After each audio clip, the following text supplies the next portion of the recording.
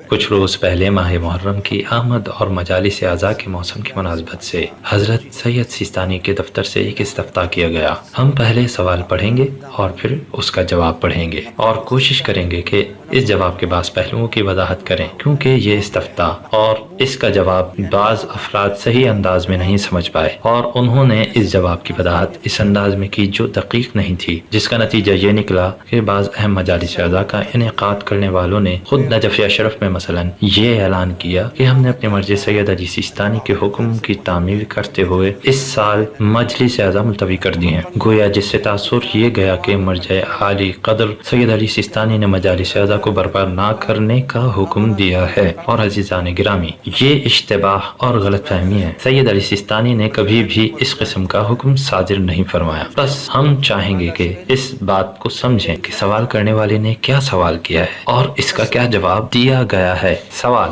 بسم اللہ الرحمن الرحیم، مرجع عالی قدر سید علی حسینی سیستانی، السلام علیکم۔ ماہ محرم الحرام کی آمد اور کربلا کے واقعے کی یاد کو دوبارہ زندہ کرنے کی مناسبت سے، اور دوسری جانب کورونا کی وبا جو تاحال باقی ہے اور ڈاکٹرز کی جانب سے اس وبا سے بچنے کے لیے شدید حفاظتی اقدامات کی تاکید کو مد نظر رکھتے ہوئے کہ جن میں سے ایک یہ ہے کہ اجتماعات اور کسی جگہ بڑی مقدار میں جمع ہونے سے پرہیز کیا جائے، خاص طور پر بند جگہوں پر اکثر مومنین یہ سوال کر رہے ہیں کہ ان حالات میں انہیں کس طرح مجالس سید الشہداء علیہ الصلوۃ والسلام برپا کرنی چاہیے، جبکہ مومنین اس بات کی شدید رغبت رکھتے ہیں ان مجالس اعزاء کا سلسلہ کسی بھی صورت منقطع نہیں ہونا چاہیے۔ اس مسئلے کو بیان فرما دیجیے، آپ کے انتہائی شکر گزار ہوں گے۔ مومنین نجف اشرف۔ جواب: بسم اللہ الرحمن الرحیم، السلام علی الحسین وعلی اولاد الحسین وعلی اصحاب الحسین ورحمۃ اللہ وبرکاتہ۔ بہت سے ایسے طریقے اور اسلوب ہیں جن سے امام حسین علیہ السلام کے مصائب پر غم و اندوہ کا اظہار کیا جا سکتا ہے، اور اس المناک مصیبت پر جو در حقیقت اسلام اور مسلمانوں کی دامنگیر ہوئی، رسول اللہ صلی اللہ علیہ وآلہ وسلم اور ان کے اہل بیت علیہم الصلوۃ والسلام سے ہمدردی کا اظہار کیا جا سکتا ہے۔ ان طریقوں میں سے ایک طریقہ یہ ہے کہ جواب ملاحظہ فرمائیں۔ سوال کرنے والے نے کیا سوال کیا ہے کہ ہم عمومی مجالس اعزاء کا انعقاد کرتے ہیں اور ان مجالس میں افراد کی تعداد زیادہ ہوتی ہے اور مجلس بھی بند جگہ میں منعقد ہوتی ہے، اور دوسری طرف حکومتی اداروں کی جانب سے ایسے اجتماعات کی ممانعت ہے۔ بس ایسی صورتحال میں جواب سید سیستانی کی جانب سے دیا جا رہا ہے۔ اس میں نعم البدل کی طرف اشارہ کیا جا رہا ہے، یعنی فرمانا چاہتے ہیں کہ اگر آپ طبی شرائط جو مطلوب ہیں ان کے مطابق مجالس برپا نہیں کر سکتے تو بہت سے نعم البدل طریقے ہیں۔ ان میں سے پہلا بدیل یہ ہے کہ مومنین کے لیے نفع بخش مجالس کو کثیر تعداد میں آن لائن ٹی وی پر یا موبائل ایپس کے ذریعے نشر کیا جائے، اور دینی اداروں اور مؤسسات دینیہ کو چاہیے کہ وہ اچھے خطباء اور نوحہ خواں حضرات سے ہم آہنگی کریں اور مومنین کو تشویق دلائیں کہ وہ اپنے گھروں میں یا وہ جگہ جو ان کے گھر جیسی ہو اس میں رہ کر ان مجالس کو سنیں۔ یہ پہلا نعم البدل ہے۔ دوسرا نعم البدل یہ ہے کہ گھروں میں دن اور رات میں سے ایک معین وقت میں مجالس کا انعقاد کیا جائے کہ جس میں صرف گھر والے اور وہ جو گھر والوں سے مربوط افراد ہیں، یعنی ایک جگہ گھر میں ایک ساتھ رہتے ہیں، وہی شرکت کریں اور وہ گھر میں رہ کر مفید مجالس کو سنیں، اگرچہ یہ مجالس ٹی وی پر نشر ہونے والی یا انٹرنیٹ پر آن لائن یا موبائل ایپس کے ذریعے نشر کی جانے والی مجالس ہوں۔ یہ دو طریقے ہو گئے کہ نعم البدل کے طور پر جن سے استفادہ کیا جا سکتا ہے۔ جواب میں دو نعم البدل کو ذکر کیا گیا۔ اب جہاں تک بات ہے عمومی مجالس اعزاء کی، اب سید سیستانی عمومی مجالس کا جواب دے رہے ہیں جن کے بارے میں سوال کرنے والے نے سوال کیا تھا۔ بس جہاں تک عمومی مجالس کی بات ہے تو ضروری ہے کہ حکومت کی جانب سے طبی تعلیمات SOPs کی مکمل طور پر اور ہر صورت رعایت کی جائے۔ بس کیا سید سیستانی یہ کہہ رہے ہیں کہ مجالس برپا نہ کرو؟ ایسی کوئی بات سید سیستانی نے نہیں کی کہ عمومی مجالس کو برپا نہ کیا جائے۔ عمومی مجالس سے ہرگز منع نہیں کیا، بلکہ سید سیستانی نے عمومی مجالس کے لیے ایک شرط بیان فرمائی ہے۔ وہ شرط کیا ہے؟ فرماتے ہیں کہ ان عمومی مجالس میں حکومت کی جانب سے طبی تعلیمات SOPs کی مکمل طور پر ہر صورت رعایت کی جائے، کہ ان مجالس میں ایک دوسرے سے سماجی فاصلہ کی رعایت کی جائے،